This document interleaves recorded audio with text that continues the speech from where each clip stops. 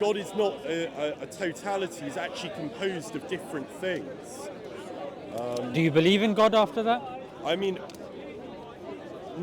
I struggle to understand how for me it's a very contradictory idea. God is a very contradictory idea. And if you analyze the key aspects that compose God, for example, he's all-knowing, but yet if he is all-knowing, how can he know what it is like to not know something? Or if he is all-powerful, can he reduce his power? There are things like these which lead me to a very agnostic position, and certainly more on the atheistic side. Okay, well, I like the fact that you haven't classified yourself as an atheist, because atheism, again, generally people define it as a position of certainty. Agnosticism is somewhat the opposite, I don't know. And I like that. I think that's intellectually honest, especially when it comes to God and the likes. My name is Ishan, by the way. Stralbro. Yes. You're going to have to spell that for me. It's S-T-R-A-B-O. Strabo. Yes. Okay, fantastic. Bang Strabo. on, yes. Okay, that's a very unique name. I like that. Yeah. I like that. Where's the origins of that name? It's a Greek name. Okay, wow. Strabro. Strabo, yeah. I think my dad was mildly obsessed with classical civilization and probably a little drunk at the time. That's where the name comes from. I like it. It'll keep me on my feet to remember Strabro. So, Strabro, what do you think about the contingency argument? The contingency, I love it because it's a very ancient line of reasoning and it's been developed. And can you remind me of its the raw idea? Sure. Yeah. So Strabro very basically just means that you're dependent on something else, that's dependent on something else, that's dependent on something else, and you can't have an infinite regress of dependencies. So at the end of the chain, there is a necessary existence. So the only way that somebody can necessarily disprove this is by stating that you can have an infinite regress, which again goes against the definition of infinite and goes against the nature of our existence as well, which is, go ahead. I wanted to clarify something. You said that in order to exist, you need to continually depend upon something else. I mean, could you explain that idea a bit more? So, for example, you're Strabro, you depend on something. It could be sustenance. Or oxygen. Yeah, oxygen, sustenance, the sun, whatnot. That thing in itself depends on something. That thing that it depends on depends something. So either there's an end to that chain, or there's an infinite regress. The thing is, if you carry on. So I guess what I'm saying is, what's the solution? What's the inference to the best explanation? Well, there has to be an unmoved mover, something at the foundation. Yeah. And I think that's a very persuasive argument. But the only issue I have with it is when you take our universe, the universe is space and time. And if you go outside of the universe, there is no space for something to be caused, for a cause and effect to occur, and there is no time for that process to occur. And at that point, you realise our concepts just break down. We cannot actually fathom what such a state would look like beyond space and time. So to talk about whether there was an infinite regress or there wasn't beyond the universe is a very unknown realm of human understanding. And I'm personally not in a position, nor is anyone else, to really assess anything with certainty about that status. I mean, you're unaware of Heisenberg's uncertainty principle as well, I'm assuming. I mean, I know of it, but I never did physics properly. Yeah, no worries, but in the sense that nothing is certain. And he, obviously, Karl Popper and him were somewhat at loggerheads, even though they pretty much, they were very kind of... Karl Popper. Yeah, exactly. So his thing is that of falsification, but also that as scientists we need to continue and we need to keep looking for what is around us and whatnot, but we can't say anything definitely, because there is always something that we can come across that will overwrite what our previous understanding. So falsification, or the problem of induction, as it were. So it's the same, like, but that doesn't stop us from doing science. And that's why I use the term inference to the best explanation, because that's all we can really do. Like you said, we don't know something that's unknown, but we do know that there are certain things, like the law of non-contradiction, like that. We know that exists. We know that that has to exist. And then when a person says, no, what created the universe could be illogical, that's what it then kind of goes to. But my thing is even more fundamental. It's something that can be understood by everybody, which is dependency. Even if you look at space and time, that's dependent on something else. And that thing still depends on something else. It's not necessarily a cosmological argument, like cause and effect. This is more to do with dependency. I like these kind of conversations because we're talking about the God of philosophers. Like, this is the thing is, so whenever I've read a holy text, I've read the Quran and the Bible, and I've been to church. I went to a mosque once, very beautiful, nice. Yes, in Cairo, one of those magnificent architectural buildings I've ever experienced. And I really wish, if there was a God, he would tell me I was sort of on the right path. I'd feel a deep spiritual yearning. But to be very honest with you, when I read these texts, I do not feel that spiritual awakening within me. And either God has not provided me with that sensation, that experience. Yet. I've tried to be very open, but it's just not come. And I'm led to this thing. If there was a God, he would have, He would have done it now. He would have endowed us with this sense that we are, when we're on his path, we're on the right path. But I do not feel that when I. Strawbro, do you think it could be that the word that I use, yet, hasn't happened yet, but it could happen in the future? I'm very open to that possibility. Yeah. Although, I mean, time is of the essence. Of course. Time is very much of the essence, and if you really believe in. Are you okay here, or should we move a little bit, because there's a big crowd getting bigger behind you? I don't mind, whatever you feel more. Should we move? Well, that's a bit dead, isn't it? Yeah. Let's just move a bit over here, so you guys can just change the angle. Okay. I agree with you in the sense that time is definitely of the essence, and but bear in mind, when we just rely on physical sensations are predicated by our society. They're predicated on our current mood, and they can be manipulated as well. You can drink a can of Coke, you can feel very good. That doesn't mean it's good for you. That doesn't mean you're doing the right thing. Do you see? But it's definitely, I would say, it's a form of measurement. It shouldn't be the form of measurement. Yes. The other forms of measurement should be, and feel free to jump in, it should be, of course, evidence, objective evidence, be it historical, deductive reasoning, inductive reasoning, philosophical evidence, testimony, and then you have it all together. Well, my argument to you would be, I can tell you certain ways that you can experience these things. Yeah, there are. Do you see why I made you move? Because it was kicking off. Oh, really? Yeah, it was kicking off. See, I'm so glad we possess the ability to speak, and we possess language. Otherwise, that would be the only way to resolve all debates. We would be so fucked as a species. It'd be like the Tower of Babylon, when everyone suddenly loses the ability to form a mutual language. Yeah.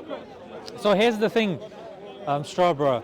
When it comes to the infinite regress, when people say, you know what, we don't know what's outside, but then that point is presented of, okay, this argument or that argument, and then a person says, I can't be that though, it can't be that, then that is also a knowledge claim, which requires, obviously, then the burden of proofs on that person to say, why can't it be this, or why can't it be that?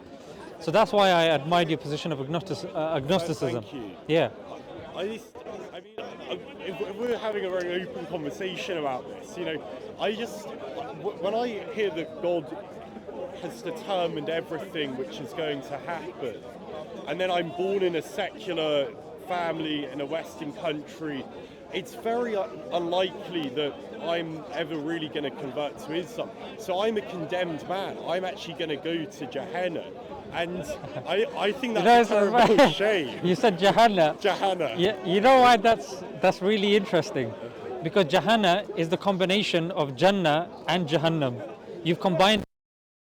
It's as if you're in the middle, just like your stance of God, which you're not certain of God and you're not uncertain of God.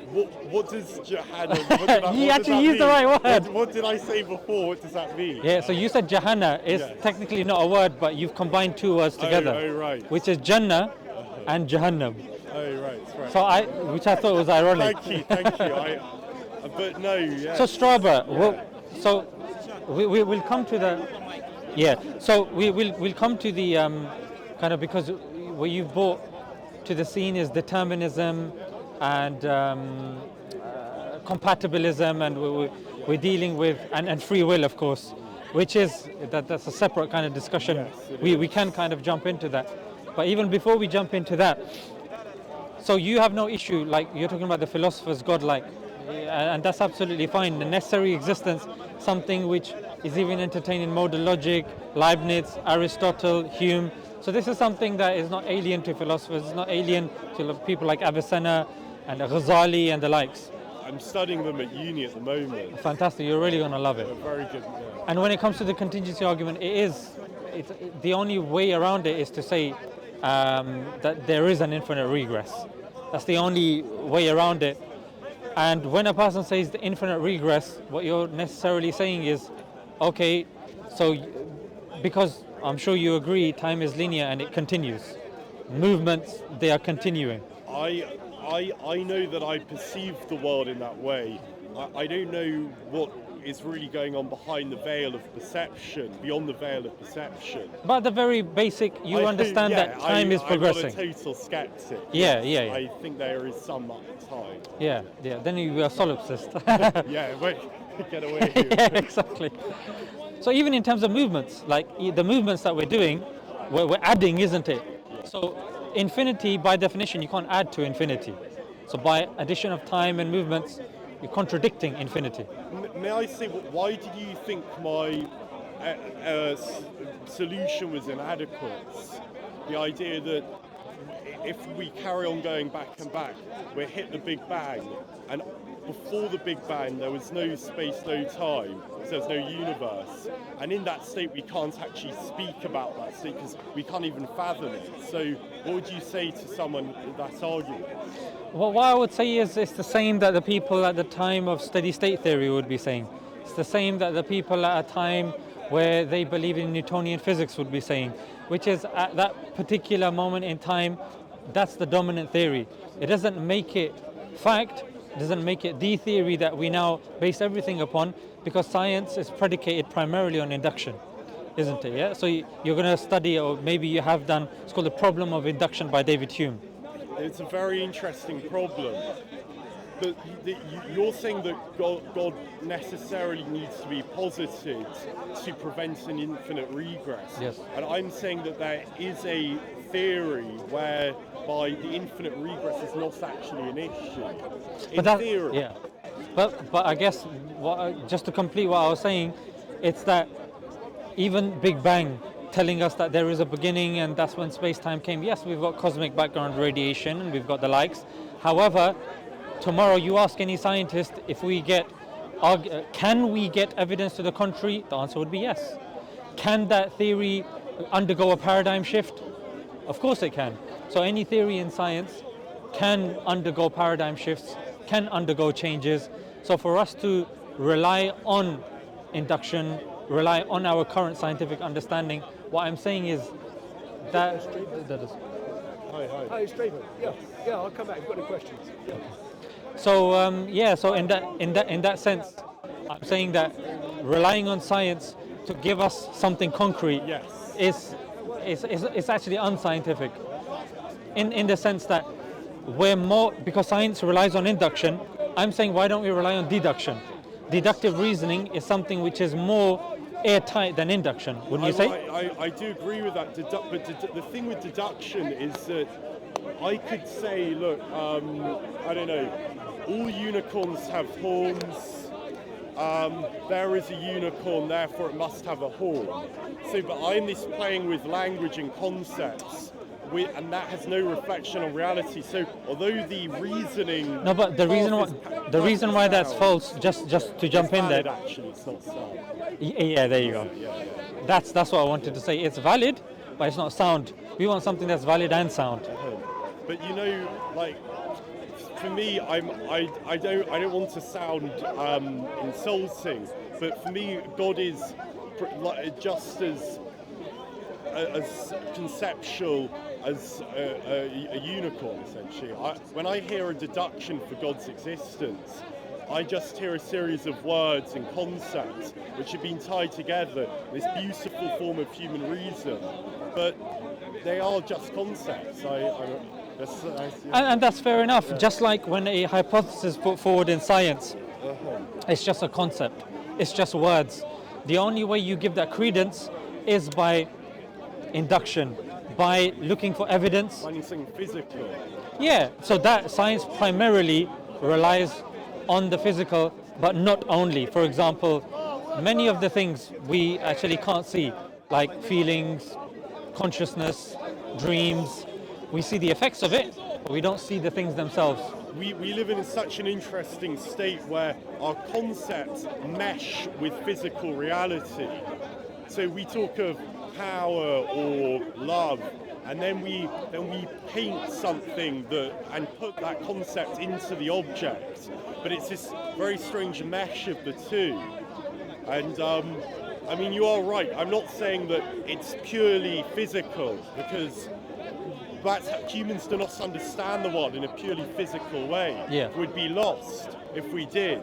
And God is not a physical concept. I've never seen him manifest in a physical object.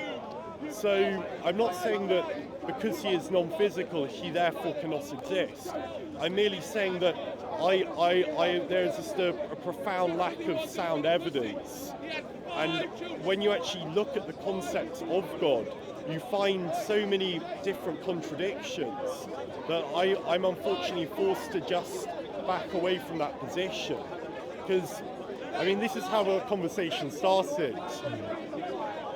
The very definition of a divine being all powerful, being all loving, these are things that humans do, which have been extended. So you mentioned some really wonderful points. Sorry, yes.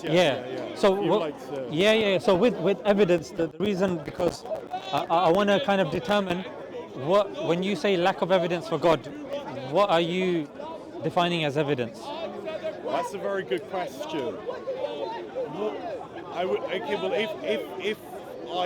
If I saw with my own eyes a divine messenger, then I would certainly believe in God. Okay, so seeing is believing for you, yeah? No, and I just think, like, for example, with power, like the concept of power, that is an idea which exists within our minds and exists within language. And for me, God is the same as that. You're definitely right in the sense that we have an innate disposition to believe in a God, which was proven, of course, by Justin Barrett of Oxford, where he did that comprehensive study. So we definitely are innately disposed to believing in a God. That doesn't necessarily mean that. Were you thinking of God of the Gaps, or? I'm not. Yeah, I'm not. I think, you know. I mean, are we disposed to believe in a God? Yeah. That's you can check that study out. It's by Justin Barrett, and it was done as a very comprehensive study, and he concluded that we are born with a natural disposition in believing in a God. Do you think lots of certainly false idols, from your perspective, emerge because a group wants to find some glue, some moral glue to bind them together? Yes. And that's why I say that don't just rely on empirical evidence. because even empirical evidence has its limits. Yeah, I would say empirical evidence, testimony, deductive reasoning, inductive reasoning, philosophical evidences, and scaffold them. And then come to the inference to the best explanation. So just like that gentleman that walked past, he's a Christian, probably. Yes. So you'll probably speak to him, and he's going to give you the Christian perspective, and I think you're looking forward to it. No. Oh, okay, maybe not. So, but one thing, Strabra, because you're in the park, and I've seen you from a distance a couple of times, and of course, great minds think alike. Yeah. I'll tell you that there are certain things that, if you compare, say, certain theologies with Islam, Islam is completely and totally different, especially in terms of evidences. Yeah. For example, let's just say, because you did kind of say that, okay, necessary existence isn't much of an issue. Even if we talked about a few kind of characteristics of a necessary existence, it being independent, eternal, powerful, having will, they're not outlandish. Would you agree? They're not. So then we move on to the next step, which is, if there is scripture, if God is, all-knowing, then how would he disseminate knowledge to us, like you said, to help us with our, to determine morality, and how do we live a good existence? So now we look at what's common amongst all the faiths, and his books, his holy books, which does make logically the best sense how God would disseminate knowledge to us, because verbally, if he just gave it to you, you might die, you might fall ill, you might be able to... Yeah, I know where you're coming from, but before Islam... And So I guess what I was going to say, Strawberry, was, if there are these books, what would be your criteria? And what criteria would you have to accept something to be a book of God? I cannot answer that fully, but I would say one thing. Before these books were composed, Greek and Roman philosophers and Indian philosophers, they created these moral systems, these moral blueprints on how we should live our lives, and how we should be governed, and how we should conduct ourselves. And there's a lot in their works which is compatible with Christian and I think Islamic morality. Not entirely sure, but I imagine so. And I've read Aristotle, and I was deeply inspired by his words. And that's just, and I definitely am falling far short of some kind of vision of human flourishing. But I feel like if I really embody what his values and what he subscribes, then I could live a very good, happy existence, and a moral existence as well. And that is a very secular moral scaffolding as well. So yeah, I guess. But that would be a misconception of what the Quran is. The Quran isn't just morality. It doesn't just give you morals. It gives you ways on dealing with society. It teaches politics. It also has waqiyas or events of history which can be objectively measured as well. There's prophecies, there's a falsification test in there. That's why even when you speak to other people, you notice that the same can't be said for other scriptures. What the Quran has is head and shoulders above the rest. Yeah, it's unique and it's special. Even if, for example, the numerical evidence, Muhammad, peace be upon him, somebody who was unlettered, somebody who we know historically, he was in the desert, and he was, again, he was amongst a certain amount of people, and the Quran was revealed circumstantially. Yeah, it's not in prose form, like page 1 is the beginning and the last page is the end. It's done circumstantially. And especially the Hadith, it's actually a blueprint on how to build estates and how to... Exactly.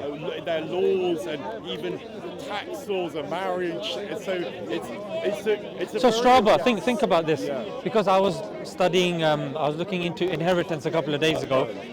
British law, in fact any other law, when it talks about inheritance, your mother and your father don't get anything. Islam is the only inheritance law that gives something to your mother and father as well. when you look at, for example, So when you say inheritance, you inheritance, when you pass away. mean when you pass away, but in order to inherit something, your parents need to die first, surely. No, if you die, then your estate, a portion of that estate can go to your parents, your wife, your children. Right. So I'm no lawyer, but in British law, say I wrote a will, Yeah. and I said I'm going to leave everything to my mother and father. Can I do that?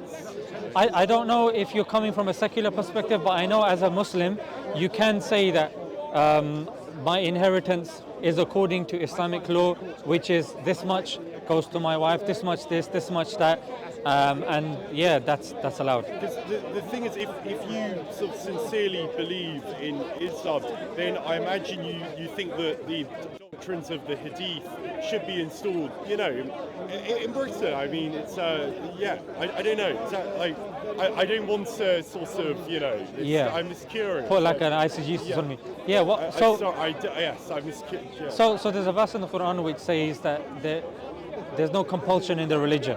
Yes. I.e., you don't forcibly convert somebody, you don't forcibly put your ideals on somebody.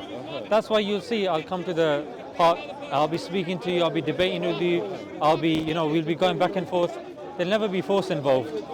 There'll be never coercion involved. Even if you're in a Muslim country, even if you're in a caliphate as well, there's no forced conversion or reversion. The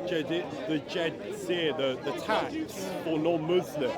Yes. In the The jizya. The jizya, yes. The jizya, yeah. So the Ottoman Empire was a very tolerant empire. Yeah. But maybe not later on, but for most of its history, I'd say. The Ottoman Empire definitely.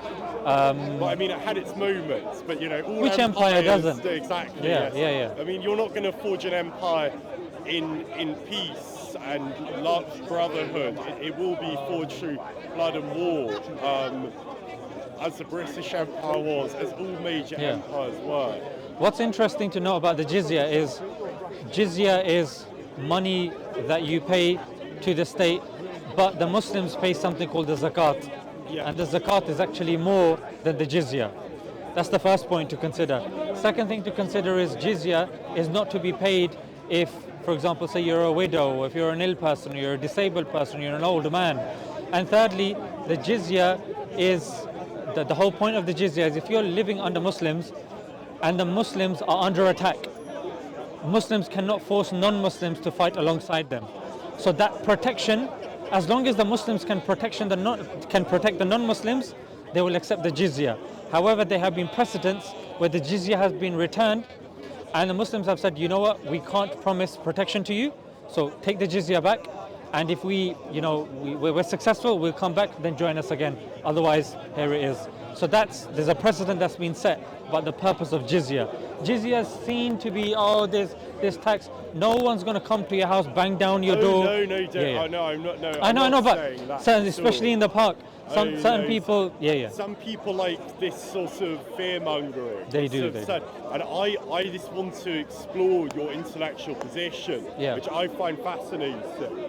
And I think it's very important that you don't exist in an echo chamber of own moral beliefs, otherwise you will become shackled to them. And so I'm very grateful for your time. It's been a very fruitful conversation. Oh, very glad to hear that, Strawbro. Yeah, I've enjoyed it. And let me know how long you have, because I don't want to hold you against your will as well. No, I'm here very willingly. Because I think I was speaking to somebody else, and sometimes when you have to go somewhere and you're being very polite. So I guess what I'm saying is, even when you look at scripture, you've got the Old Testament of the Jews, New Testament of the Christians. Oh yes.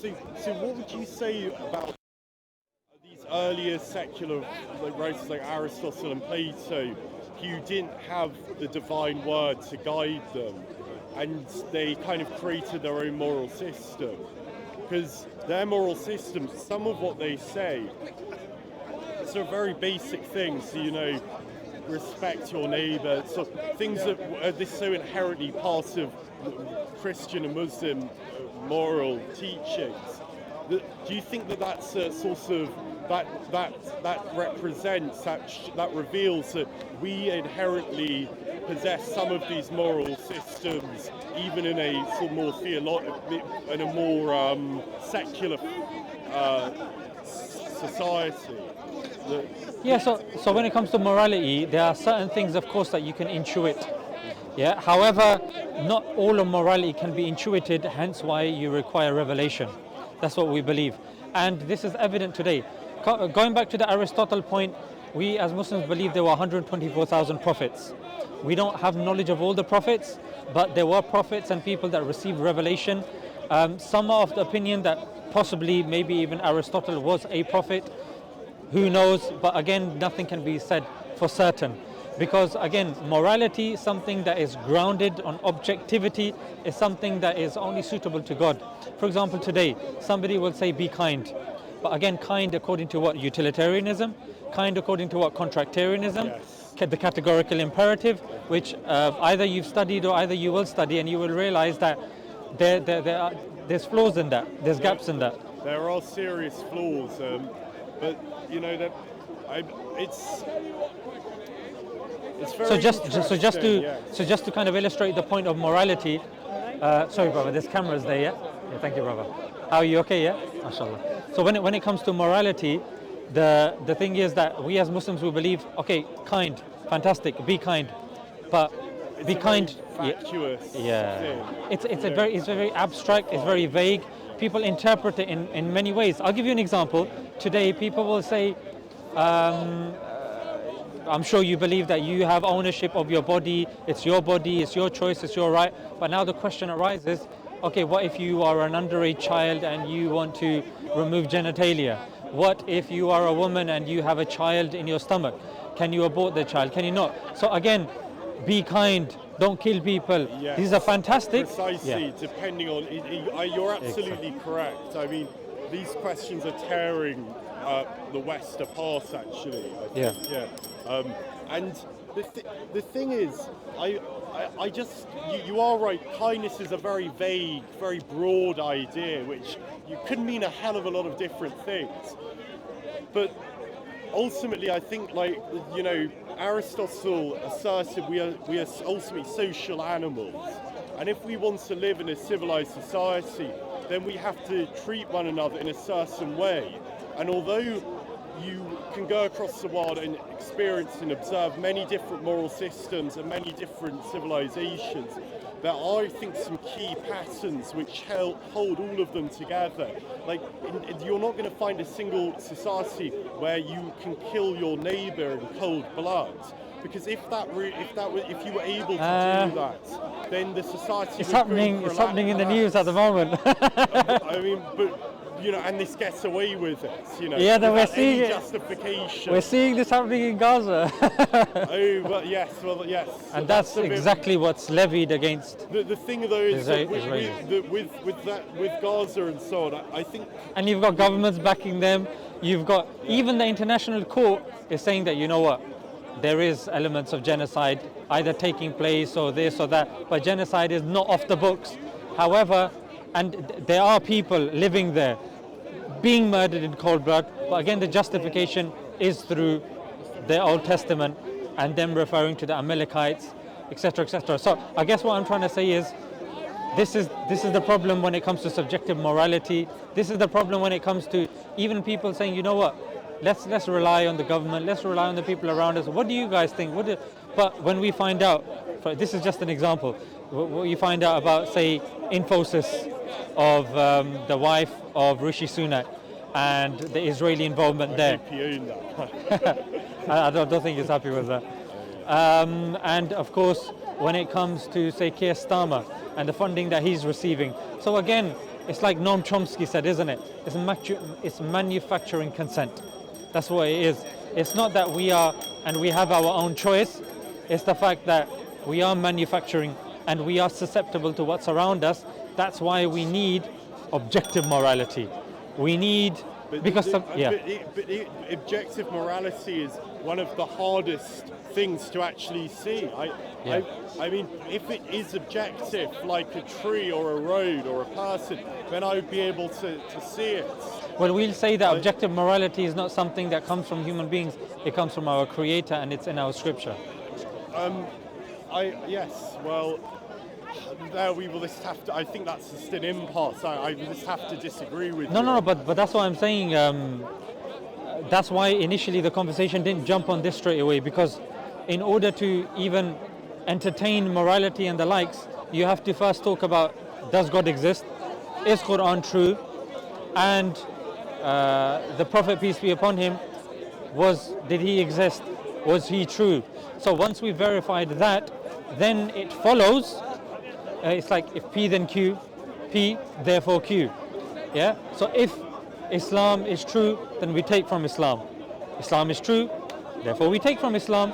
Yeah. So that means morality will come from it. Other things that we don't necessarily have a grasp over, because morality is something even atheists have issues with. Like you've got one school of thought that believe in determinism, one that believe in compatibilism. I don't think these academic atheists believe that we have complete free will. I mean, that's out of the window, regardless. So the point here, sorry, but we don't really have free will in the complete sense. Religious. So. Yeah, we don't claim we have absolute free will. Yeah. As Muslims, anyway. Yeah. Thank you very much. Yeah, my pleasure, Strabro. I'm going to find my friend, and I think that this conversation is very good stuff. Thank you. No, thank you for giving me your time. And if any time you want to continue this and you see me in the park, just do what you did today and just jump in. I'll come over and say hi. Fantastic, Strabro. I'm just going to take the mic. Oh yeah, sure. And keep looking dapper. I'll try. Yeah. Thank you. Thank you.